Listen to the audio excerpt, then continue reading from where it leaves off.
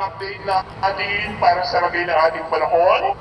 Ngayong hapon po ng July 15, 2024 na kung saan sa ngayon ay patuloy pa rin natin na binabantayan ang tatlong sama ng panahon na nakapagitan po ngayon dito sa ating bansa. Una na dyan ang LPA na nabuo sa West Philippine Sea na ngayon ay ganap na nga po na bagyo at nagbabanta na mag-landfall anytime tonight dyan po sa may Laos. Samantala ang LPA naman na nasa silangan ng Mindanao ay lumakas na nga po at tinawag na Invest 91W. Hindi pa rin inaalis ang posibilidad na maging bagyo yan between 3 to 5 days na tatawagin sa local name na bagyong Bonchoy.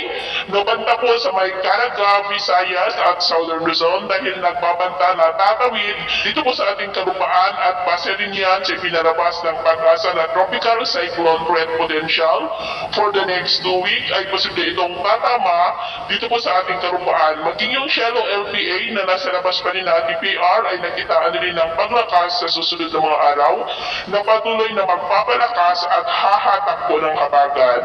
Kaya maliban po sa pamumuo ng mga bagyo sa karagatan malapit sa ating bansa ay paghandaan rin natin ang malakas na buksan ng habagat lalo na po sa huling linggo ng buwan na ito.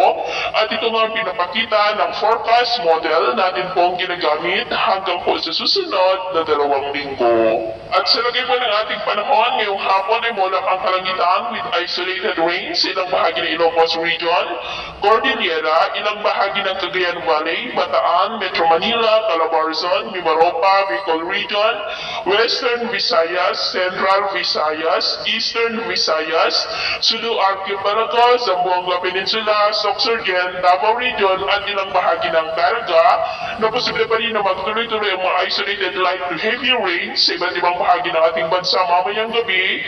Kaya mag-ingat po tayo sa posibleng banta pa rin ng mga pagbaha at pagguho ng lupa. At inuman pong mga baybayin dahil sa lumalakas ng habagat ay iwasan po muna natin ang papalaod lalo na po dyan po sa seaboard ng Palawan dahil ang mga alon dyan ay posibleng aabot hanggang po sa 2.5 to 3 meters height. Iwasan po muna natin ang papalaod dyan po sa mga may kulay pula para mas makaiwas sa mga sakunang pangkaragatan.